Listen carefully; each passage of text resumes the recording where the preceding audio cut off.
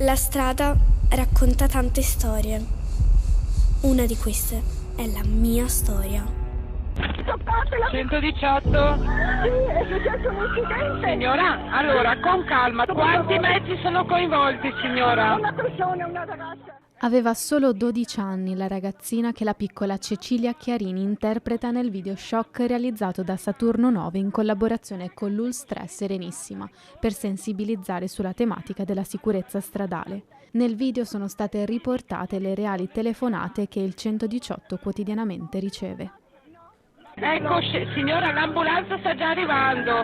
La ragazza è cosciente, parla, risponde? Non lo so. Signora, allora l'ambulanza... Ha perso sangue in testa. Ho pensato che una bambina, una testimonianza, in questo caso la bimba, lo ripeto, è un angelo fondamentalmente, potesse iniziare a scuotere queste coscienze per poi farlo attraverso il racconto degli operatori, degli utenti, che è una cosa un po' esclusiva, e di quegli scenari che noi vediamo nelle strade.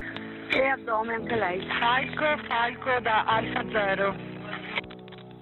Un video che vuole creare un impatto emotivo ma che punta anche ad educare lo spettatore. Solo puntando sulla cultura di base e su quello che ci si porta dentro, poi si possa veramente portare un cambiamento sostanziale. Un cambiamento che deve partire soprattutto dalla responsabilità del singolo. È bloccata. Sto andando. Ok?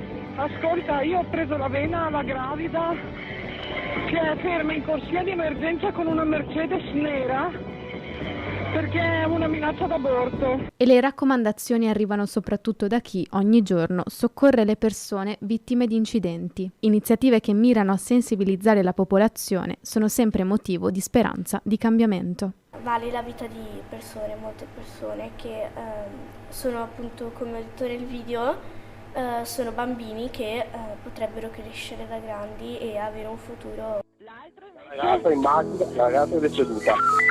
Avrei voluto diventare una donna, ma qualcuno ha deciso che così non doveva essere.